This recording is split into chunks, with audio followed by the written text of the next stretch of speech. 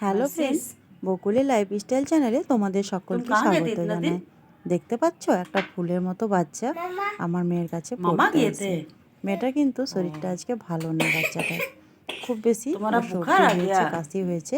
ও কিন্তু পাঞ্জাবি, ওর সঙ্গে হিন্দি কথা বলতে হয়। যদিও ভালো মতো করে আমার হিন্দিটা আসে না, ও কাজ চালানোর মতো বলতে পারে আর কি। তো ওর সঙ্গে একটুখানি গল্প করছিলাম।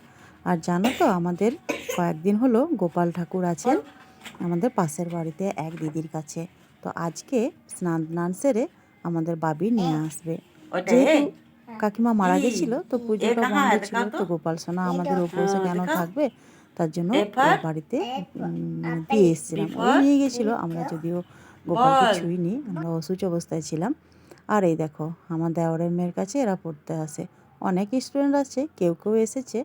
আর অলরেডি গোপাল সোনাকে বাবি নিয়েও চলে এলো, স্নান করে সকালবেলা নিয়ে চলে এলো। উনি কিন্তু আমাদের বাড়িতে না থাকলে পুরো আসনটাই আমাদের শূন্য লাগে ঠাকুর ঘরের।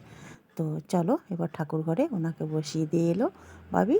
আর এবার কাল থেকে মা পুজো করবে, যেহেতু 20 দিনের মতো হয়ে গেছে, আর চিন্তা নেই। 20 দিন কি প্রায় 22-23 দিন হয়ে গেছে। তো এবার থেকে উনি আমাদের বাড়িতেই পুজো পাবেন, প্রসাদ পাবেন। আর আজকে মা যেহেতু পুজোটা শুরু করেছে, তো মোটামুটি সব ঠাকুরই পুজো পেয়েছে। বাড়িতে যদি পুজো না করা হয়, কীরকম যেন অন্ধকার অন্ধকার লাগে, একদম ভালো লাগে না বলো। তো যাই হোক, আমাদের গোপাল সোনাকে পরের বাড়িতে রেখে এসে ভীষণই খারাপ লাগছিল। যদিও দিদিভাইও খুব ভালো করেই পুজো করেছে, কিন্তু আমাদের আসনটা একদম শূন্য লাগছিল। যার আসন সেখানটা যদি না থাকে কেমন লাগে বলো তো। তো এই যে আমার আরেক গোপাল সোনা, সেও কিন্তু বেশ ঠান্ডায় সোয়েটার পরে বসে আছে। আর গোপাল সোনাকে এই যে বাবি মাথায় টুপিটা দিয়ে দিল। তো চলো এবার ছাদে যাব বিকেলবেলা। অনেক কাপড় আছে। আর আমাদের তো জানোই, গৃহবধূতে যে যে কাজ। আর আজকে না খুব বেশি বাতাস চলেছে, বালতি টালতি সব উল্টে আছে। তো দেখো কাপড়গুলো কিন্তু একটাও পড়েনি। আর যাই হোক, গৃহবধূদের যে কাজ সেগুলোই করতে হবে, যেটা বলছিলাম।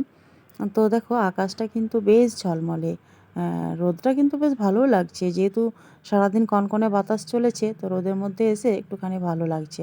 তো চলো কাপড় টাপড় তুলে নিয়ে এবার নিচে যাব। আর দেখো কয়েকদিন মা যেহেতু পুজো করেছিল না, তো প্রত্যেকটা গাঁদা ফুল গাছে কিন্তু অনেক বেশি বেশি ফুল হয়ে আছে।